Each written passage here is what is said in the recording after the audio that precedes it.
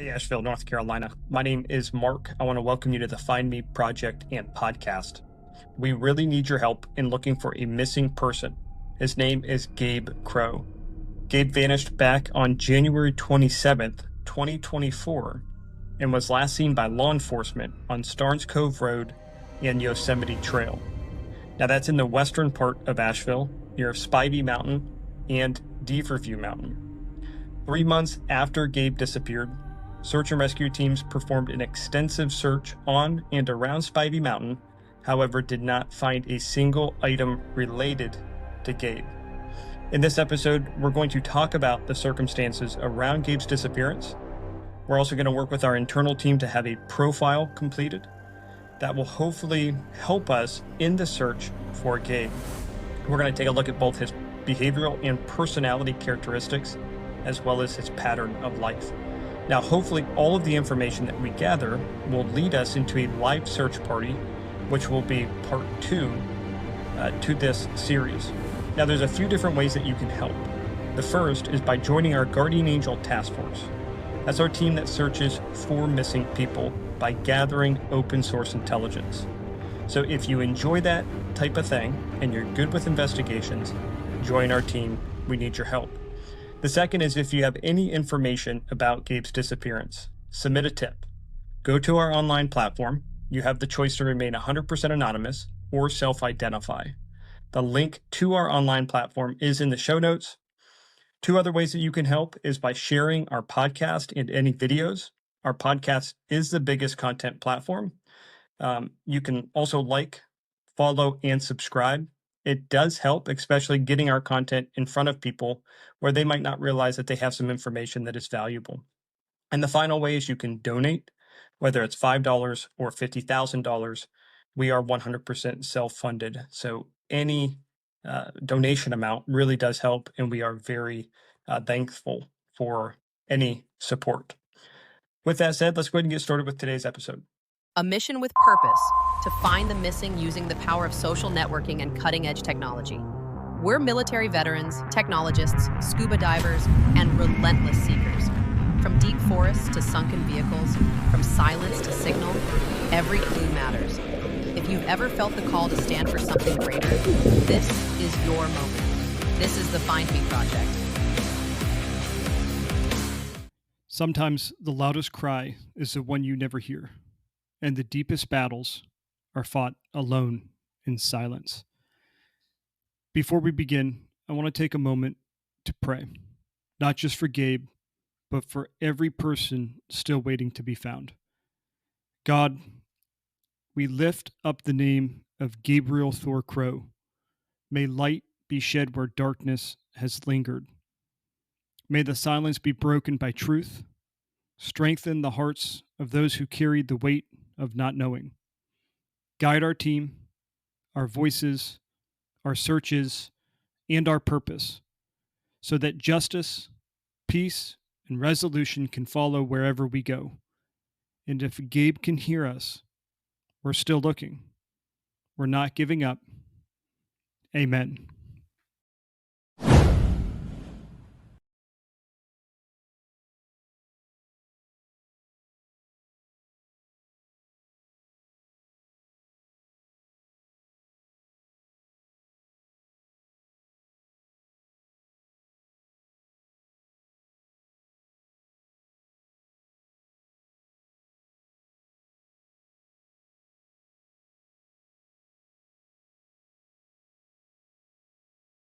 January 25th, 2024. Just another cold day in the Blue Ridge Mountains. Cold, damp, and overcast. Gabe's mother drops him off at Enterprise Rental Car located at 26 Tunnel Road in Asheville. Gabe rents a vehicle and leaves the location. On Saturday, January 27th, the Buncombe County Sheriff's Department responds to Starnes Cove Road. What they find is a vehicle in a field with all doors open and nobody around. Just south of the vehicle, the deputy finds 27-year-old Gabriel Thor Crow on foot in the Starnes Cove Road and Yosemite Trail area. According to Gabe, he was visiting a friend when he found out things he didn't like. Gabe's roughly 45 minutes from his home in Cherokee, North Carolina. In that encounter, Gabe reportedly told the deputy something strange. something unsettling. He believed someone had tampered with his rental car. He said someone had put something in it. The deputy offered help. Gabe declined. Moments later, he walked away, on foot into uncertainty. The terrain around Spivey Mountain and Starnes Cove Road is unforgiving. Dense forest, steep slopes, hidden hollows. It's believed Gabe may have gone into the woods, but in doing so, he may have become disoriented in the low visibility and harsh winter weather. A psychological phenomenon known as circular walking or looping may have taken hold. When lost, people without visual cues often unknowingly walk in circles. If Gabe was cold, wet, and alone, his energy would have quickly drained. Experts estimate hypothermia could set in within hours, especially in soaked clothing. Rain that day only increased the danger. The timeline grows more chilling when you realize this. It wasn't until April 2024, 3 months after his disappearance, that a full-scale search effort was mounted. 7 coordinated teams, over 120 personnel, drones, K-9 units, ATVs. The search covered miles of rugged Spivey mountain terrain. Not a single trace was found. No clothing, no belongings, no evidence. It was as if the mountain had swallowed him whole. For his family, the silence is deafening. Gabe's loved ones say this was completely out of character. He was deeply connected to his Cherokee heritage.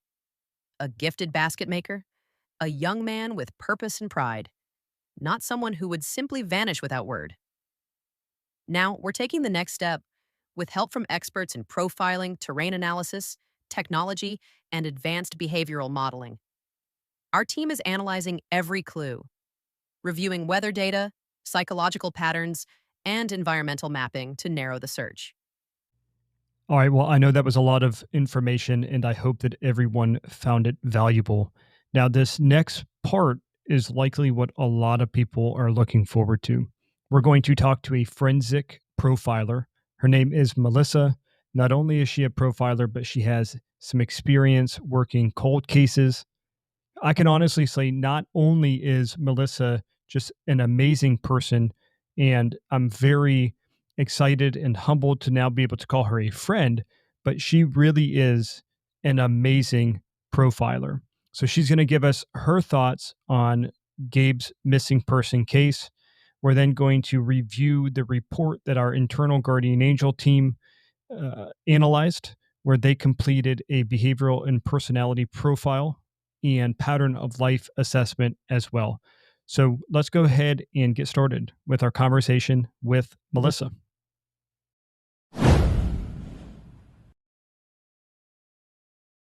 All right, so let's go ahead and get started. Melissa, I want to start by sharing something with you.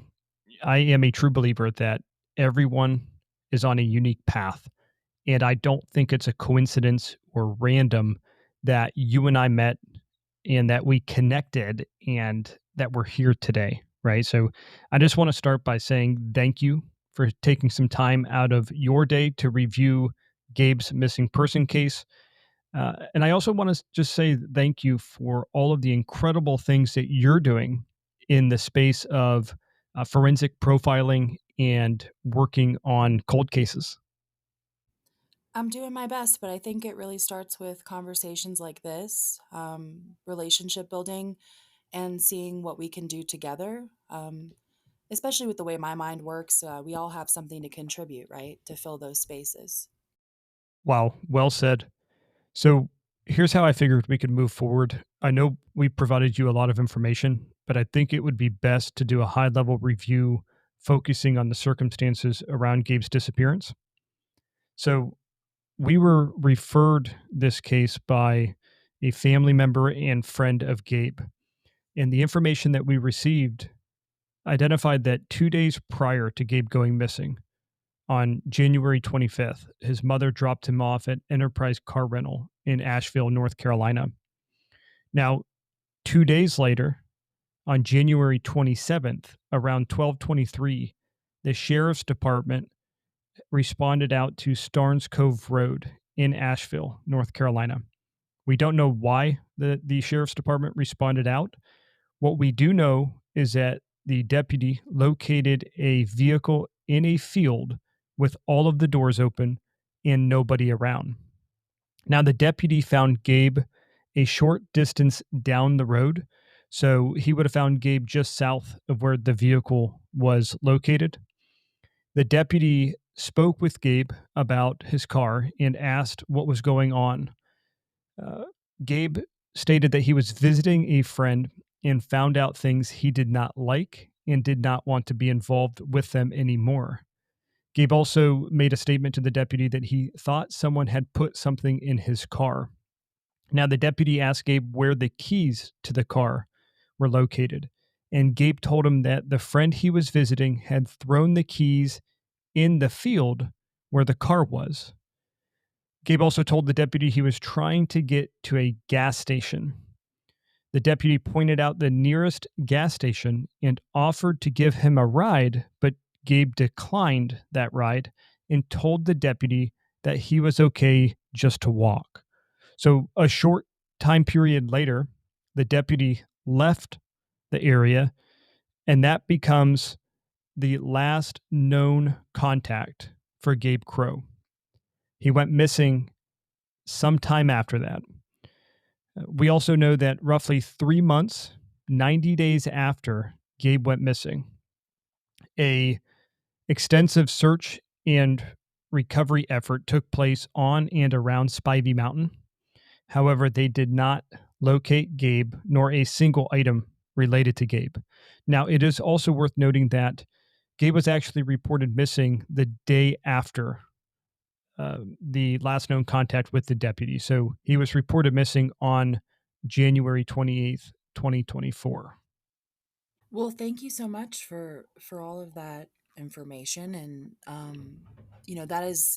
that covered, it made sure that I understood, because from what information I do know is available, I have a clear picture of what we know so far, correct?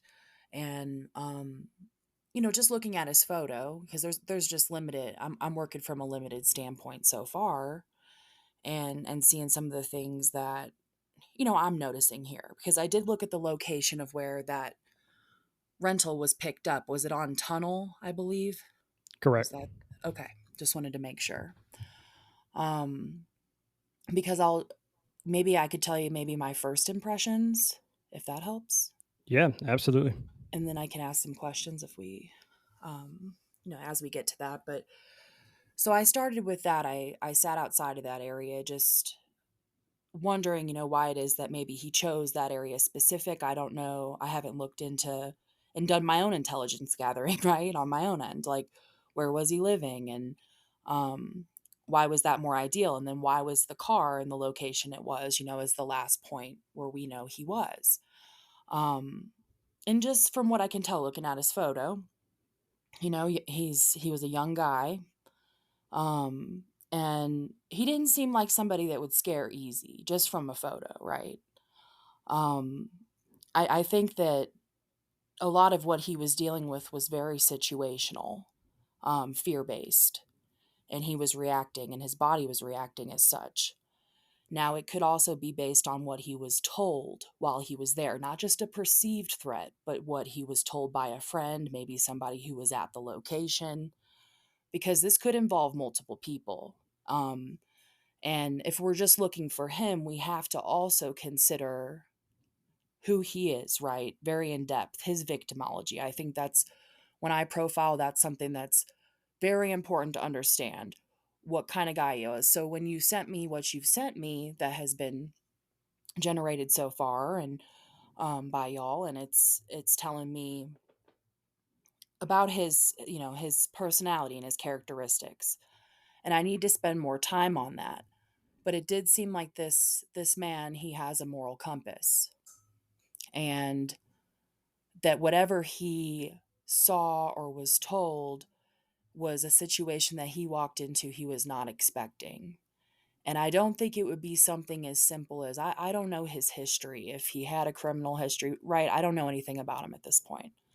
So, but I'm guessing, given even with people from the Native American community, I don't think that drugs and certain contraband is something too out of the question, right? Maybe that wouldn't shock somebody to the point they'd go into fight or flight, and then we'd have these kinds of circumstances. Um, and then also just knowing what he said, right, to the deputy and what we do know, it would imply to me that he was told that either they had some kind of a tracking device would be my first guess, right? Just knowing how criminals work, because if I'm going to think like a criminal and this had to do with foul play, all things that need to be considered, maybe on my part, maybe not necessarily. Eventually, it'll get me to that point where I will know where to search, right? Because if we have to look at the whole area, so that has to happen no matter what, because we can't discount the fact that maybe he did have this kind of a break, and he's just trying to go, because why would he be looking for a gas station and not take a ride from a cop? Yeah. It tells me, like, is he trying to get to some kind of a phone or somebody maybe that he knew in the area to get a ride from somebody that's completely not related? The reason why I would say it's he saw something that was illegal or that scared him, and I could introduce some potentialities there, but the way I'm thinking is it's got to be you're told that either we know how to find you, maybe the friend, if the friend threw the keys and was in the area still, how did the friend get out of the area? Um, I have a lot of questions about that, but ultimately, if somebody's telling you, if you don't do this, imagine it's worst case scenario and he walked into somebody trying to get him to transport a body. I don't know what kind of car that he rented. If it was an SUV, is it just a sedan? But ultimately, even if it's drugs and he doesn't want to do it, there's got to be some other element that induces some kind of fear, right? A threat that is beyond just being perceived of like, oh no, like if I show up and somebody's like, hey, I want you to transport drugs, and it's somebody that I trusted, I'd be like, fuck no, I'm out of here. Yep. And they're sure as hell not going to get in a car with me. So I don't know. There's just some things about that where if it's something related to like that's the reason why he wouldn't get in the car with the deputy. He would refuse a ride, right? He wouldn't want to be seen at all with a cop for a ride. So I'm just going to pause for a second just to kind of meet you somewhere with this. Yeah. I mean, I think I couldn't agree with you more. And, thank you for that. Yeah, I think I actually like what you said where you reference it. Basically, all of his initial actions were fear based. And I think that's interesting because something that I kept thinking about is when you look at, and I'm going to use, the word normal person. I'm not saying Gabe's not a normal person, but I'm saying under normal circumstances, if you and I showed up in, let's say, this area of Asheville, we rented a vehicle. When you rent a vehicle, to me, you're signing a contract, right? Mhm. And you're becoming financially liable for that vehicle. So, right away I thought, boy, if that was me, I would not leave a vehicle that I'm liable for that's probably well over 40 grand sitting in a field with all the doors open and the keys thrown out into the field, right? So something fairly egregious would had to have happened, likely fear based that would have led him to that point. But one of the biggest questions, and you just sort of answered it from your perspective, is why did he refuse the deputy's help? Right? The deputy offered to give him a ride, and he declined. Um, and also now I don't know if this is just redacted, but one thing that I did find interesting, and to our knowledge so far, based on the information, it does not appear to be redacted. Some of this information appears to be direct snippets from the report. Um, is that he never named? I don't know if you noticed that he never named the friend. In Correct. much of his dialogue was, well, someone. It was always like almost, like he was referencing someone, a person. Never wanted to come out and reference a name. I don't know if maybe he was even more fearful for this person, kind of if he ratted on them, that there could be other consequences. But I don't know, what are your thoughts? I'm curious around his dialogue with the deputy where, do you think there's a reason why he didn't name the friend or give more information around that? I do, yes. And from my perspective, from the little that I know, if he knew who the friend was, And, maybe, I don't know what he told his mother with the rental car when he's getting dropped off, right? Whatever he told her he was up to that day. I don't know the circumstances, but to me, it implies there's probably another party involved, right? Maybe somebody Yeah. he didn't know. Like I said, someone he wouldn't expect. And he's sure as hell not going to give up his friend, because who knows the circumstances at which, let's say, worst case scenario, there's a body sitting there at a house. Okay, so let me ask you this then. With all of the information that we have so far, do you think we're looking at a situation where Gabe went into flight mode and decided to go into the woods, whether that's Spivey Mountain to the east of Starnes Cove Road, or maybe even the west, going over to the other wooded area? Or do you think that we're looking at some other type of scenario? So to me, there's only maybe 3 or 4 ways this could have went. What you're referring to is he fled, right? And he's in flight, and he's out there, and he went into hiding, okay? And then maybe he met the elements out there. Or perhaps he's completely gone, right? He figured out a way out of there, and he's in hiding somewhere, an unknown location outside of this area. He's fled, which to me doesn't seem really. It's been well over a year and a half, right? I mean, it's been a while. Um, to me, especially if he had relationships with his family, and if it was a situation that he was set up, why wouldn't he just call someone? So that tells me that we're trying to recover this man, which would be the worst case scenario. I would never want to tell his family that, of course, right? That he's still out there, that we're looking for his body. What else could have happened is he had somebody meet him with a friend in another vehicle that came and either took him, or they chased him out into that area. And that is why they went out there. Perhaps a cell phone pinged out there. Perhaps they had a suspect they were looking at the time, that a cell tower pinged out in that area. You know what I mean? There's a lot to that, but most likely, I would say one of those to eliminate would be that he's in hiding. I don't know about that. I just knowing what little I know about his personality profile, and the fact that his own mother was the one dropping him off tells me something. I mean, Yeah. he's close to those people, so I'll just pause there. But How do you think a how do you think Gabe would have dealt with navigating, right? So from the time he went in to, maybe halfway through, now he's feeling lost, all the way until the end. Maybe he doesn't make it out. How, what do you think his thought process is, and how do you think that would drive some of his actions in the woods? well, that's a great question, and I would say, without looking at the terrain and from what I know about his personality and his behavior, um, that especially because the deputy would not have let this guy go. I mean, he never made any indication that he was intoxicated, from what we know. Correct? No, none at Okay. all.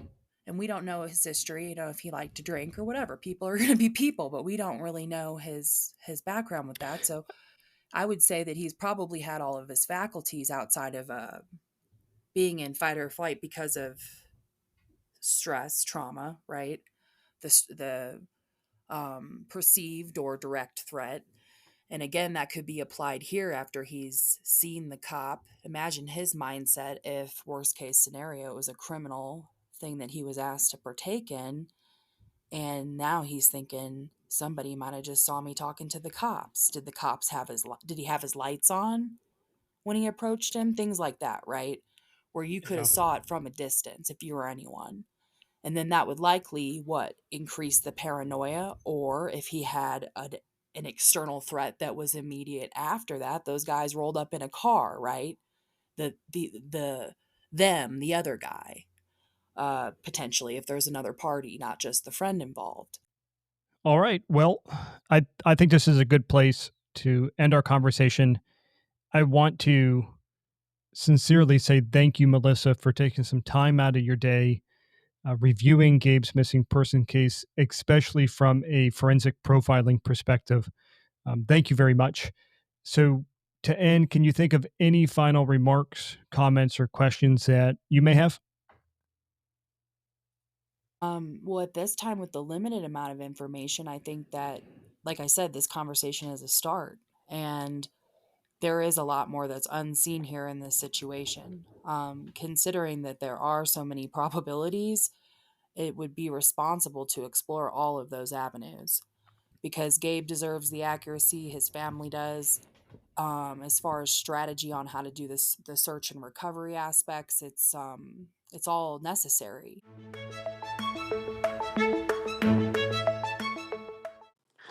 Okay, so we're going to go ahead and move into a psychological analysis looking at the last known encounter for Gabe Crow.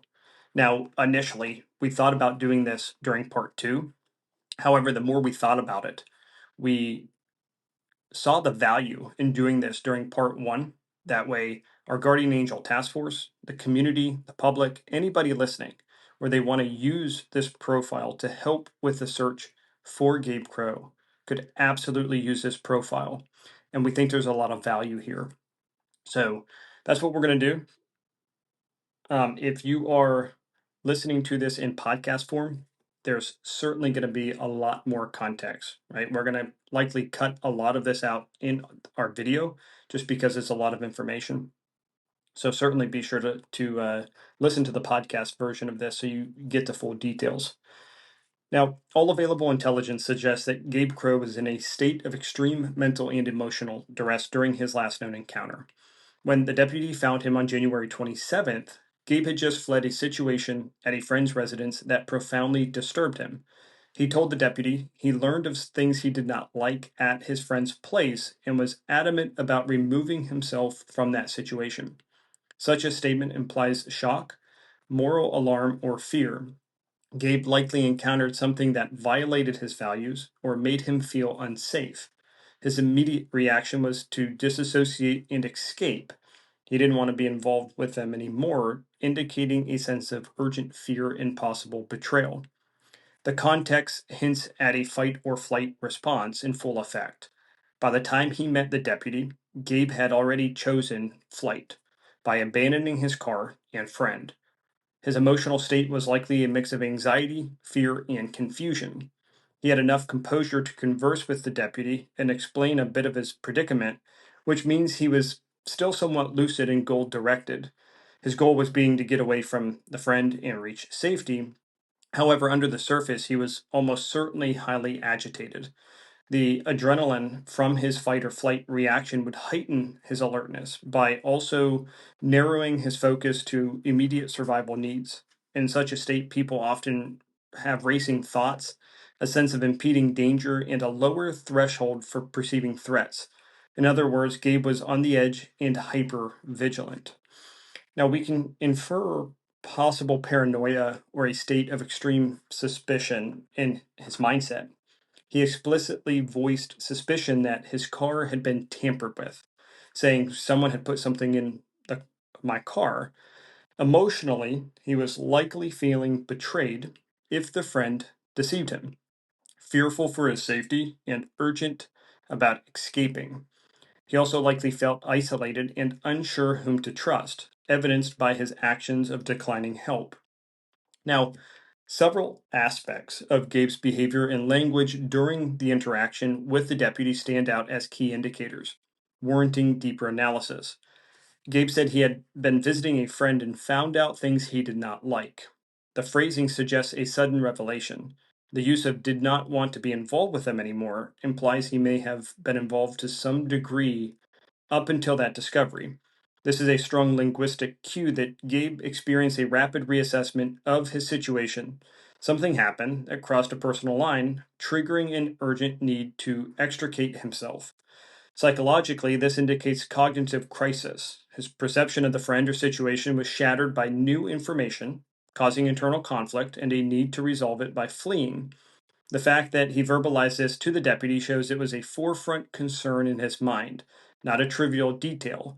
This level of candor about, I saw something bad and I'm getting away, is unusual. Most people might conceal such details out of embarrassment or confusion. Gabe's willingness to say it outright signals the intensity of his fear or disgust. He wanted it known he was distancing himself from whatever it was. Someone put something in my car. This direct quote is one of the most striking indicators. On face value, it suggests Gabe believed an unknown party or the friend placed some object in his car without his consent. The nature of the something is unspecified. It could be contraband, a tracking device, a harmful item. From a behavioral analysis perspective, this statement could indicate paranoia or it could reflect a realization of foul play. We have two broad interpretations of this. The first is paranoia or acute anxiety.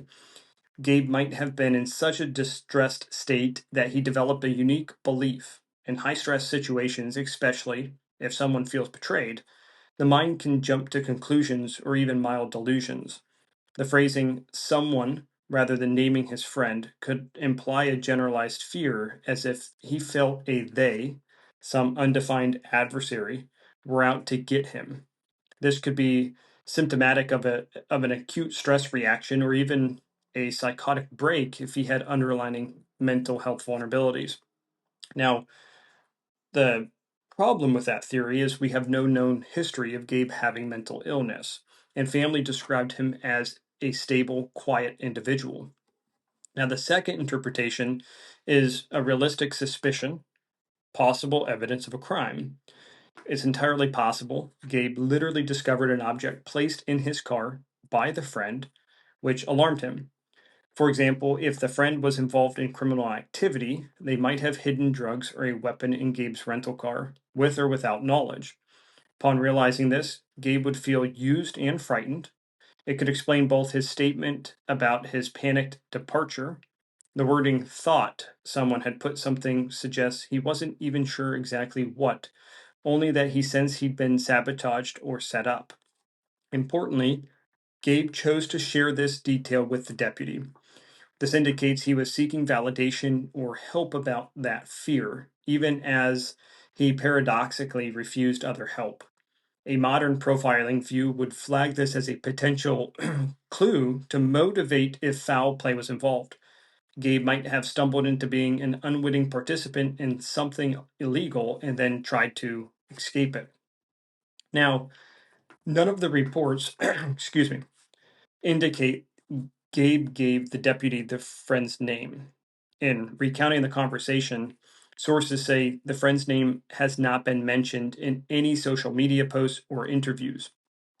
It's unclear if Gabe refused the name or if he did name them and it's just been withheld publicly.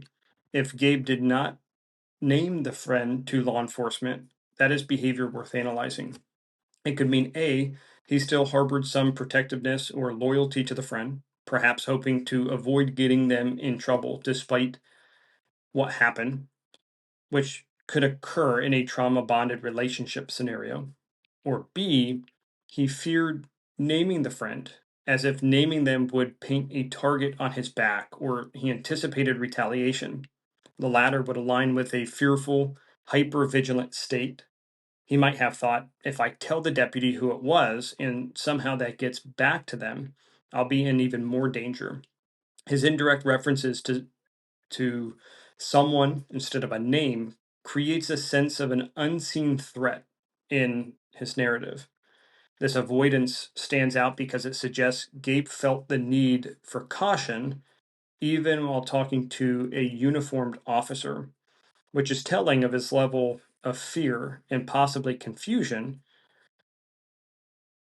While we don't have video or detailed descriptions of his tone and body language, we can infer some behavior from the facts. Gabe apparently cooperated enough to answer questions. He explained his situation in part, and he wasn't completely incoherent or combative. This indicates goal directed behavior. He was likely polite or at least focused on moving on. However, he also turned down an offer for help that most people in his circumstances would accept, a ride to safety. That juxtaposition, talkative yet refusing aid, implies a complex internal state. Gabe's insistence on walking might mean he was trying to maintain a sense of control. He had just come from a scenario where control was taken away from him, keys thrown away, possibly being threatened, and now regaining autonomy, even if irrational, walking instead of riding, could have been psychologically important to him. It's also possible that despite conversing, he exhibited signs of agitation, such as fidgeting, looking around frequently, a tense tone of voice, rapid speech, etc. These would be consistent with someone in fight or flight mode. We do know he left under his own power, walking away briskly, enough that the deputy felt he was okay. Now, one of the most puzzling aspects of Gabe's last interaction is his refusal to accept the deputy's offer of a ride. It's a significant behavioral choice that offers insight into his psyche at that moment. There are several layers to consider. The first is perception of a threat versus safety. In normal circumstances, a lone individual who is stranded with an inoperable car in a relatively remote area might welcome a ride from law enforcement to reach help. Gabe's decision to decline implies that, in his assessment, accepting help carried some risk or cost that outweighed the benefit. One possibility is that he didn't want to be taken back toward the direction of his friend or that house. Perhaps he feared the deputy might insist on investigating the scene or mediating with the friend, which Gabe absolutely did not want. By saying he was okay to walk, Gabe ensured he wouldn't have to sit confined in a patrol car or possibly direct the deputy to the conflict location. It suggests distrust or fear of entanglement. He might have thought, if I get in the car, I'll lose control of where I'm going. I just need to get away on my own terms. Some individuals, especially those from communities that have historical tensions with law enforcement, it is important to note that Gabe is Cherokee, an indigenous background that might or might not be relevant. These folks from these communities can be hesitant to engage beyond necessity. It's also possible Gabe was worried about legal trouble.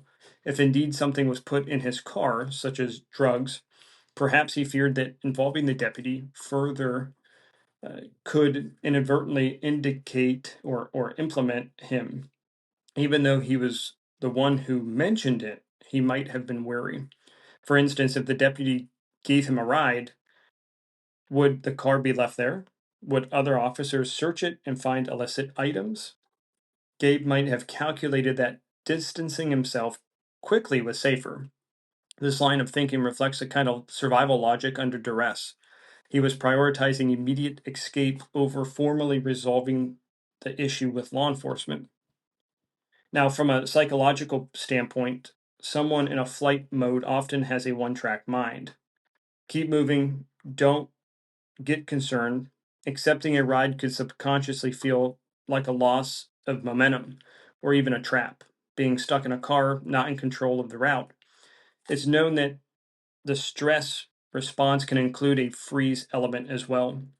Some trauma victims become passive, but Gabe was in a more active fleeing state.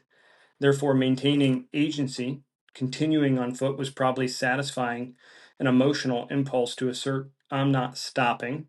I'm not under anyone's control right now. Declining help can also be a form of denial. By saying, I'm okay, he may have been trying to convince both the deputy and himself that he had the situation handled.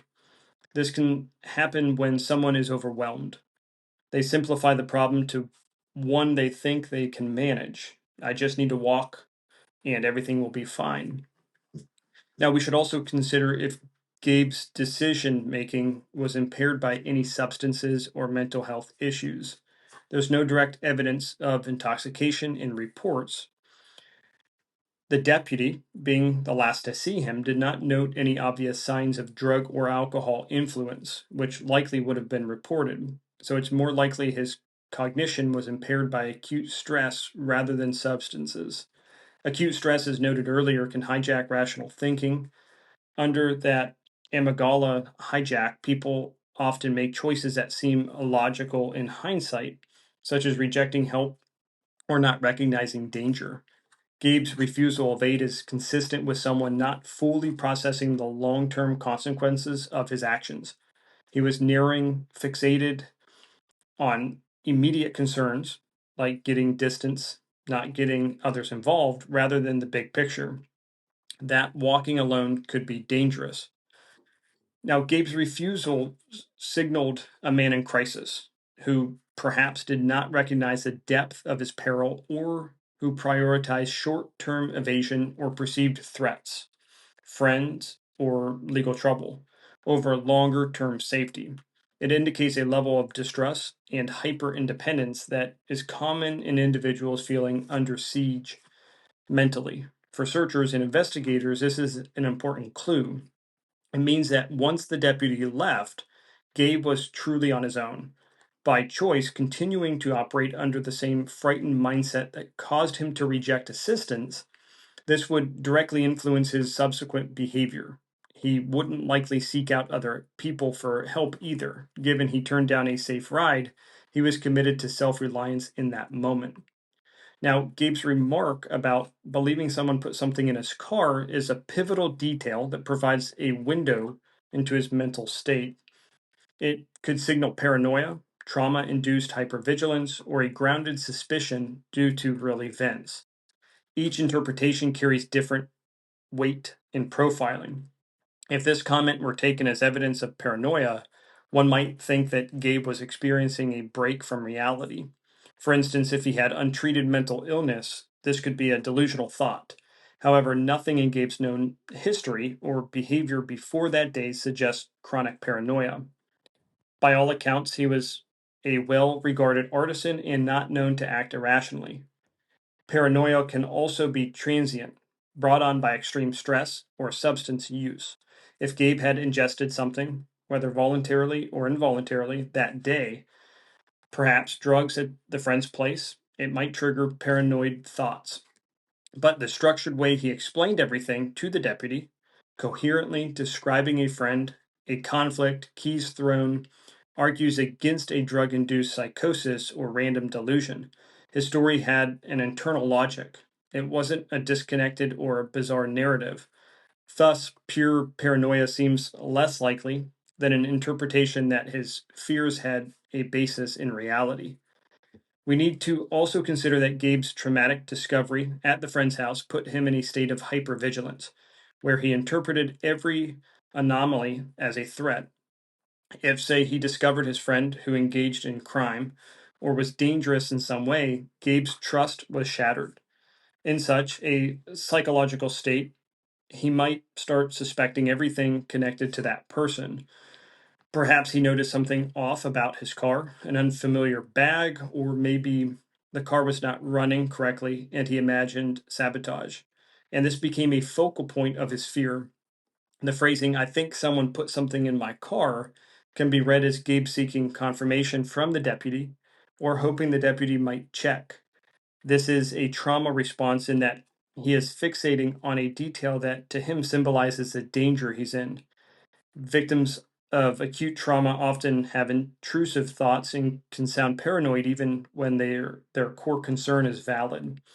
They might overinterpret details about their mind is on high alert.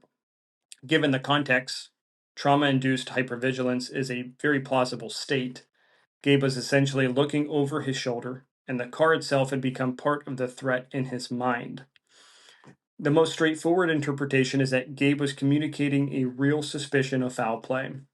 If his friend literally put contraband or a tracking device in his rental car, Gabe's statement is a factual report of a crime or attempted setup. In this scenario, Gabe wasn't paranoid at all. He was correct in that his fear stems from knowing he might be implicated or followed. For instance, if drugs were stashed in the car's trunk without his knowledge and he found them, saying someone put something in my car is a measured way of alerting law enforcement without outright confessing or accusing, possibly because he himself wasn't fully sure what it was or because he was wary of the consequences of that revelation. In the profiling sense, if this scenario is true, Gabe was in a state of fearful clarity. He realized he had been used and was now frantically trying to distance himself from the illicit item and the people responsible. Considering these interpretations collectively, a pattern emerges. Whether or not Gabe's belief was accurate, it clearly indicates a mindset of a persecution and threat. Modern behavioral profiling often emphasizes that even unfounded paranoid statements reveal the subject's perception of reality, which in turn drives their actions. In Gabe's case, he perceived that someone had sabotaged him. That perception would heighten his urgency to escape and also likely make him reluctant to trust anyone easily. After all, if a friend betrayed him, who else might?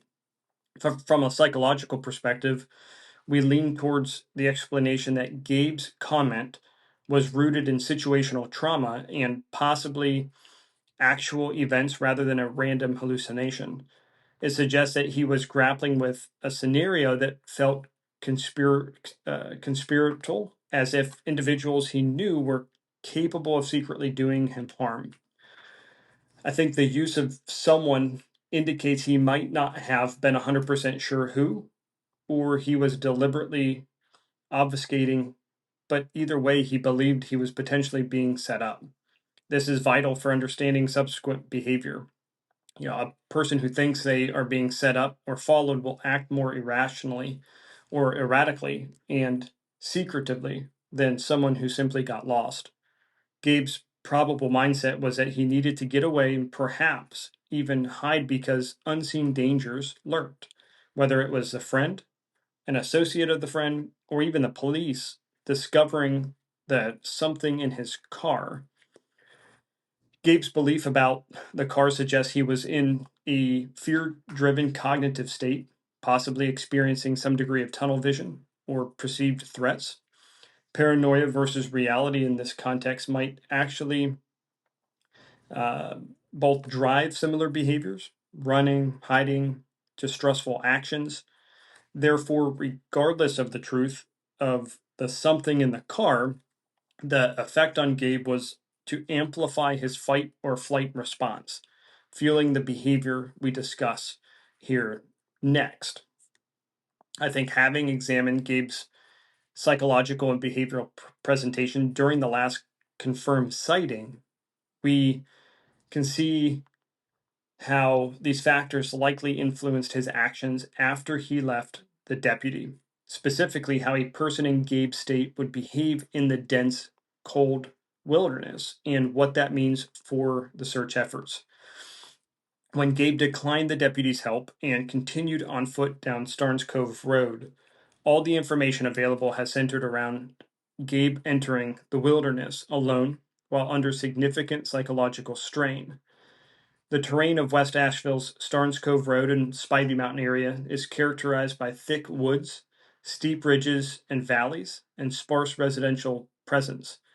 Late January weather in the North Carolina mountains can be cold, damp, and unforgiving, especially overnight. Once Gabe set off on his own, his acute stress response, flight or fight, would continue to drive him.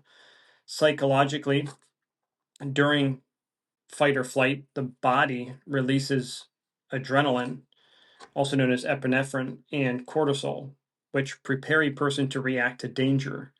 Your heart rate and breathing increase, muscles get primed for exertion, and non essential processes like complex planning are deprioritized.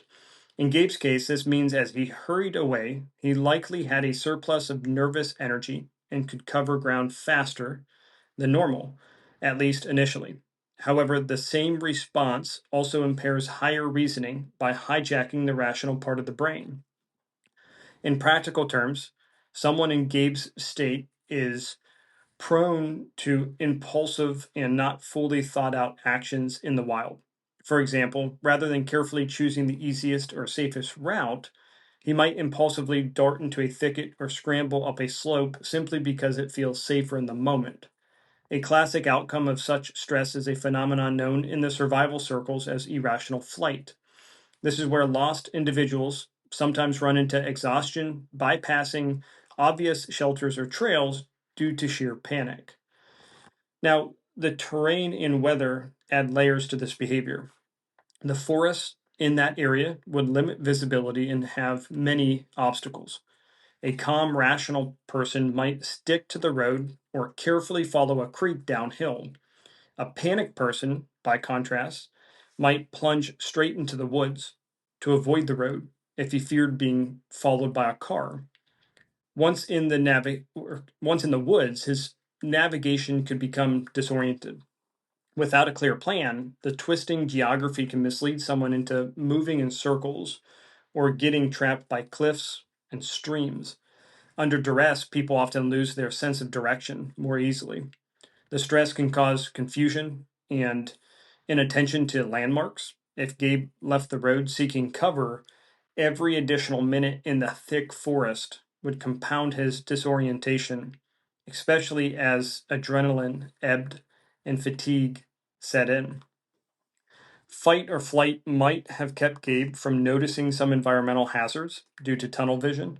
For instance, he might have been so focused on looking back for pursuers that he overlooked where he was stepping. In the adrenaline rush, pain sensitivity can drop.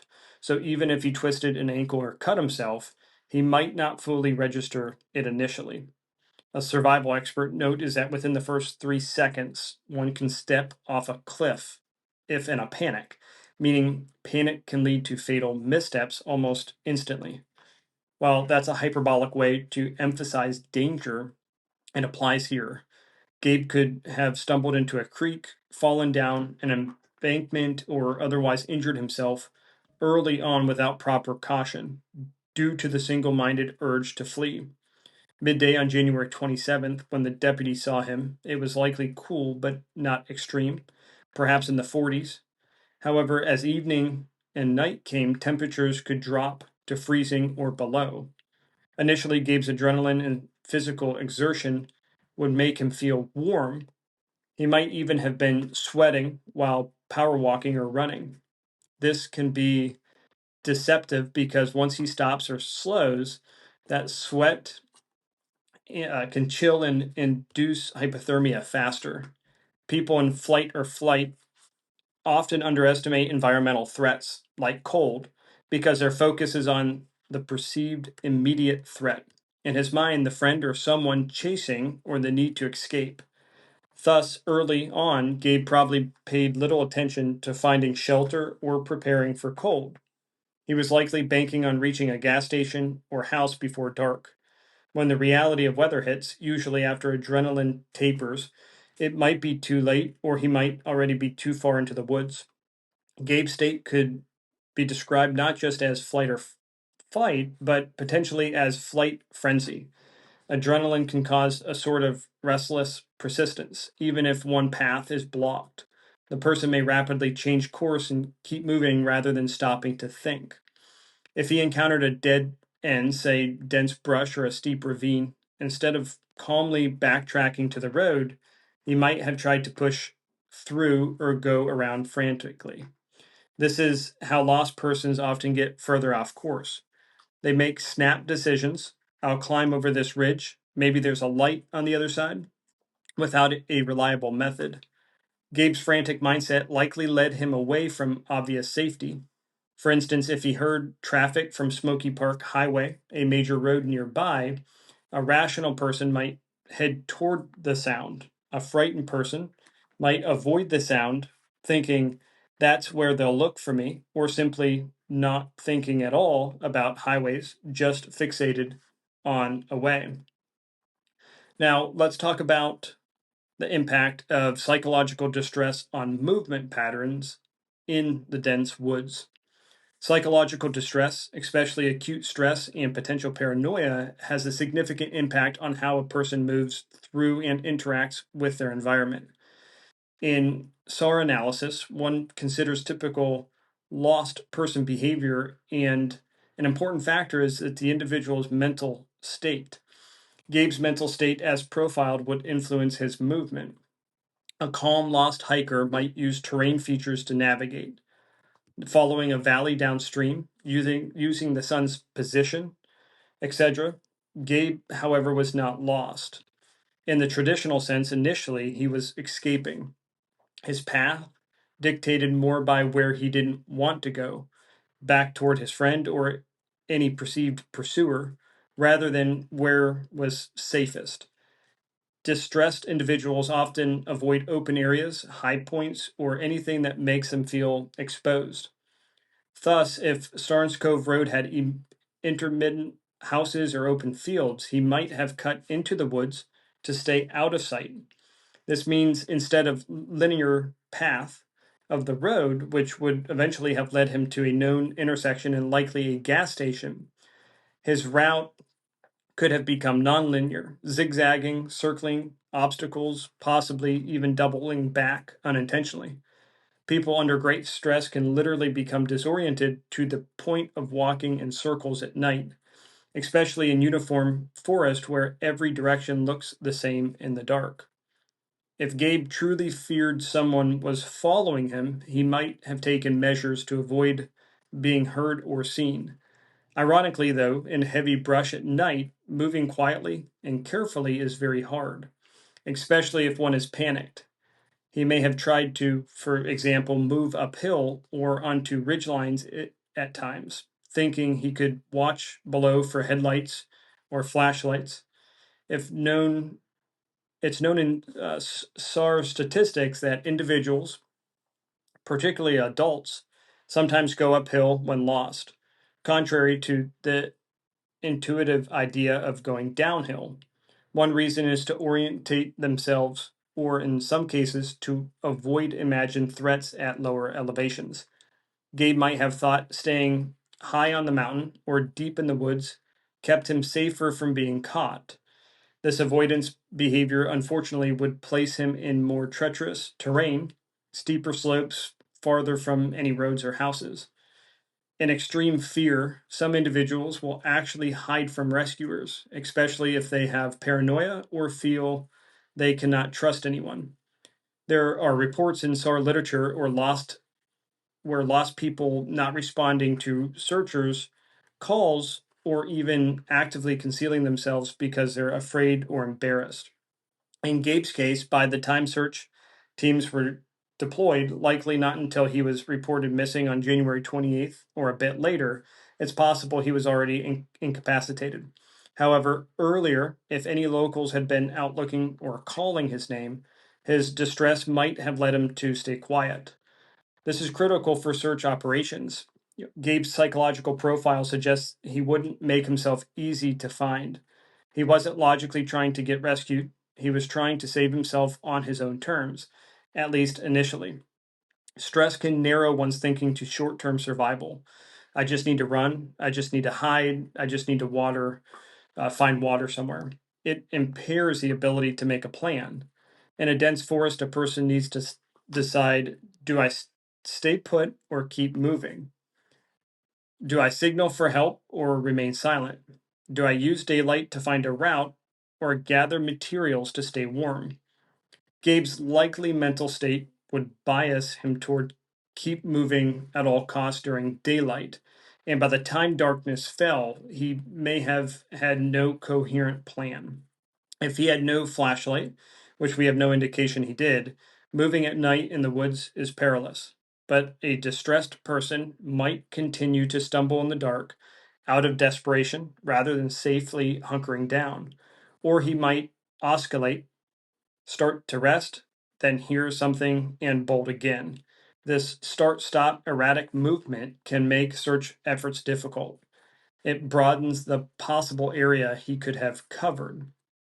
As time went on and fatigue and hypothermia crept in, Gabe's distress could evolve into confusion. One hallmark of worsening psychological distress in the woods is when a person's actions become inconsistent or nonsensical relative to survival. For instance, he might drop useful items, a water bottle or a shoe, or head in a direction that leads deeper into the wilderness when easier paths were nearby due to disordered thinking. In advanced stages, individuals can exhibit behaviors like talking to themselves, yelling randomly, or ignoring obvious aid. The environment, dark, cold, silent except for natural sounds, can also induce hallucinations or misinterpretations. Seeing a tree stump as a person would be an example.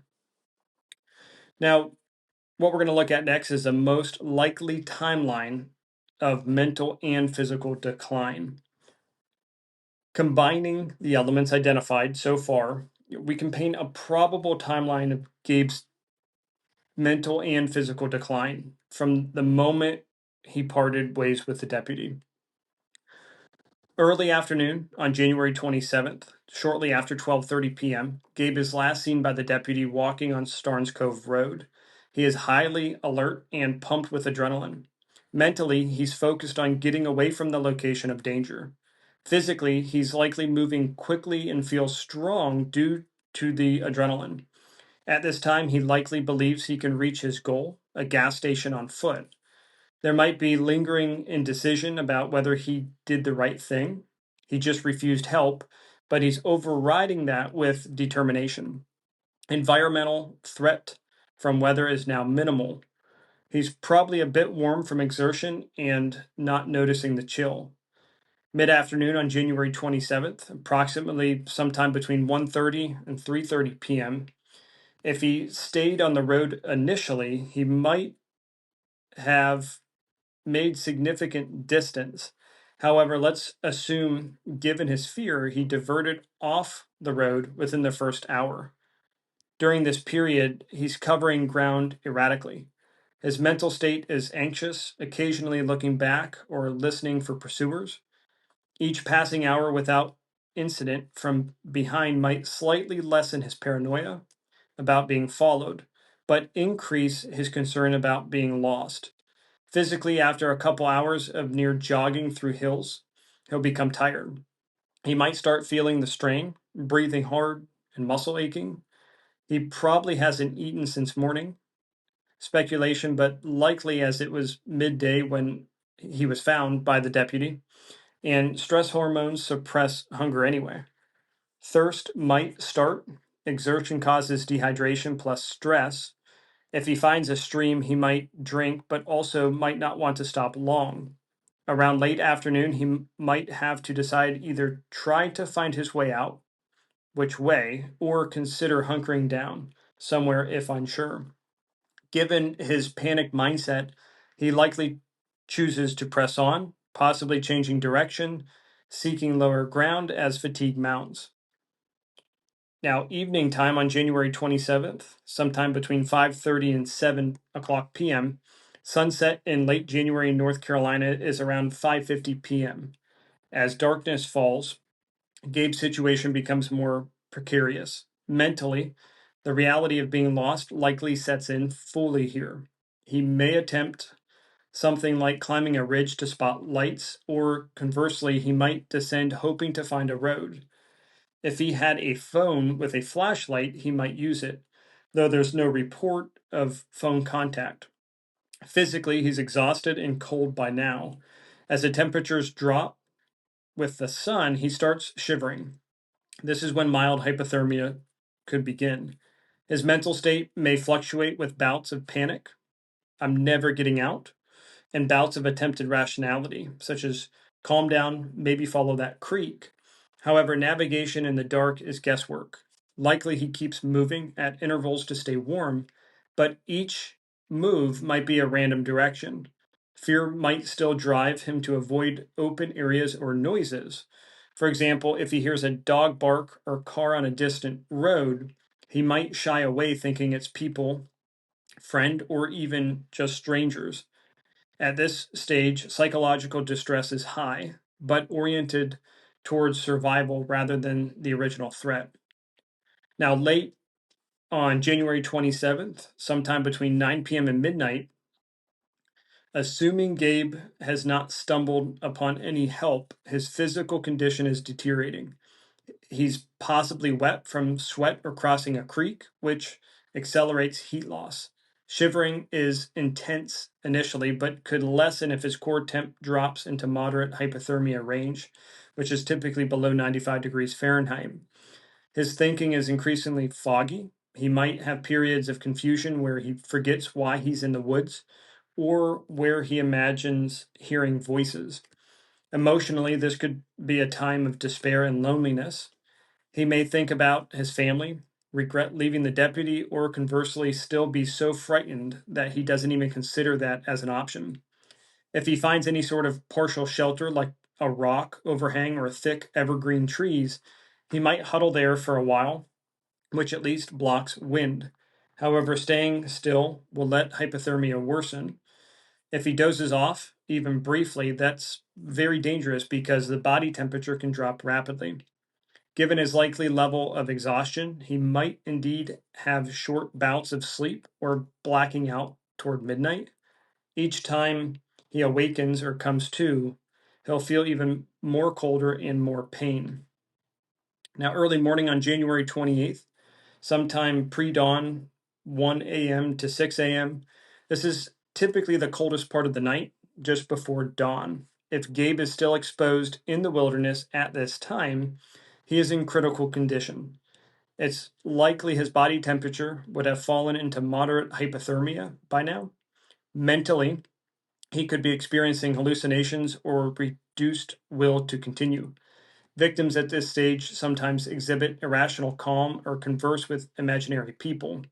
He might have shed some clothing. Many hypothermia victims remove jackets or shoes in a delirious state. If he found a somewhat sheltered spot, he could be lying there semi-conscious. Alternately, if he kept trying to move through the night, he may have collapsed somewhere due to exhaustion. The most likely timeline of decline ends here.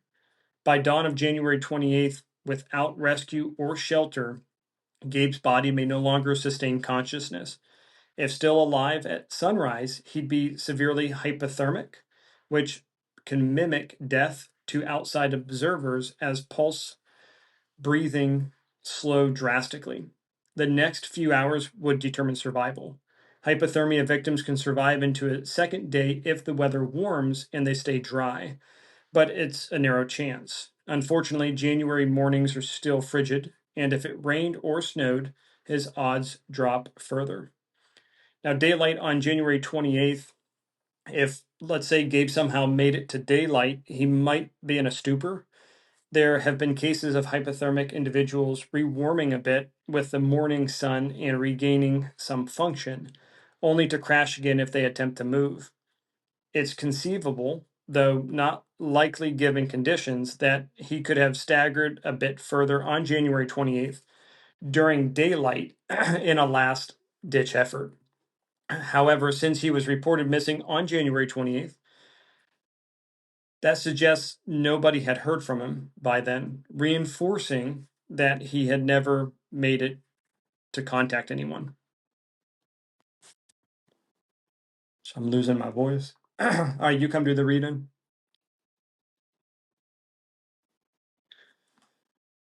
All right, I'm doing my final part and then I'm done. I'm reading this report that the profilers gave. Pretty wild, isn't it? You make breakfast. So. Yes, we are. All right, final part. This is, tell me what you think of this. This is my write-up.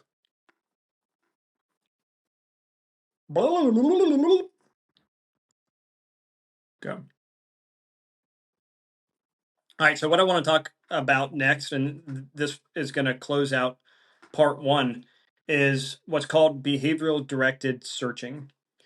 This is basically a search that is guided by behavioral profiling, sometimes called a psychological search approach, which means looking beyond the raw geographic data and incorporating human behavior patterns. For Gabe, key priorities include reconstruction of last known position and likely path. Start at the point the deputy last saw Gabe. We know that was on Starnes Cove Road near Yosemite Trail, and consider where a panicked person might go from there.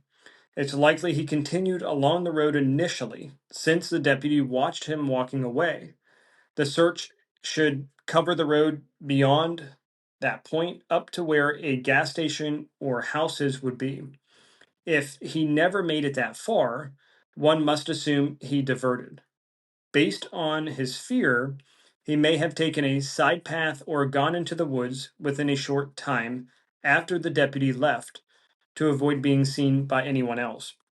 Therefore, searchers should scour any informal trails, logging roads, or game paths branching off Starnes Cove Road within, say, 1 to 2 miles. Knowing that he feared pursuit, pay attention to cover rich routes, valleys, tree lines, rather than open fields.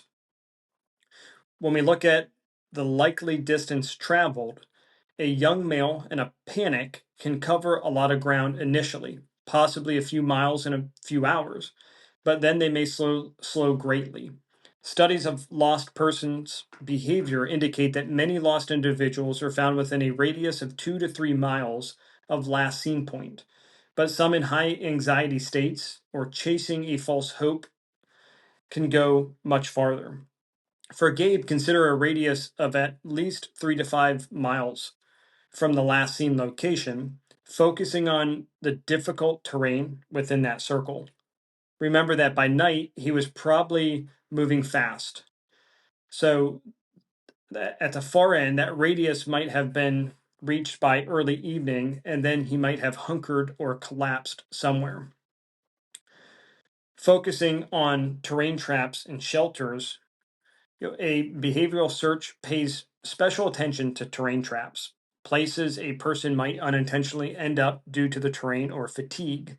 Examples include the bottom of ravines or creeks.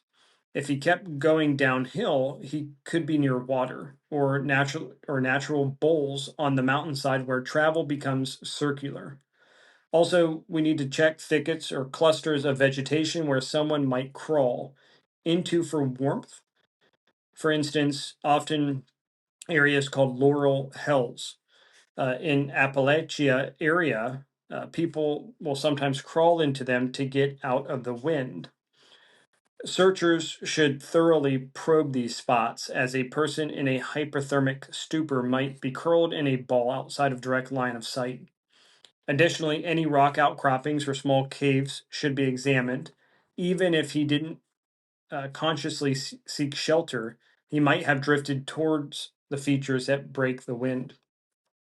Now, initially, the search back in 2024 should have emphasized daylight hours because at night, Gabe would be prone to hunker down. However, given now that much time has passed, current search efforts should target times of the year when the leaves on the trees is low. So, for example, winter, which would be similar conditions to that of when Gabe disappeared back in January of 2024. This would be important to help spot remains or any other items. Behaviorally, if Gabe succumbed to exposure, his likely final location might be somewhere low visibility. He wouldn't collapse right on a trail if he was avoiding trails. Thus, searchers might almost and should have to think in reverse. Look in the places you'd least expect a person to go. For example, steep ravines that one can only reach by falling or scrambling, or thickets so dense you'd question why someone went in. He might have forced himself in there to hide or by disorientation. Now, many missing people, especially those not thinking clearly, end up near water, sometimes to drink, sometimes following it downhill, or tragically, sometimes falling in. There are creeks and streams in the Spivey Mountain area. Those should be searched meticulously, including any deep pools, undercuts where a body could lodge. If Gabe followed a creek hoping it led to civilization, a common tactic taught by not only effectively making sure that one can make it to a watershed, he might have traveled a longer distance along it. Searching downstream from the area could be useful, although moving water can carry evidence far. Since searchers didn't find him on land so far, one possibility is that he ended up in water where evidence is harder to spot.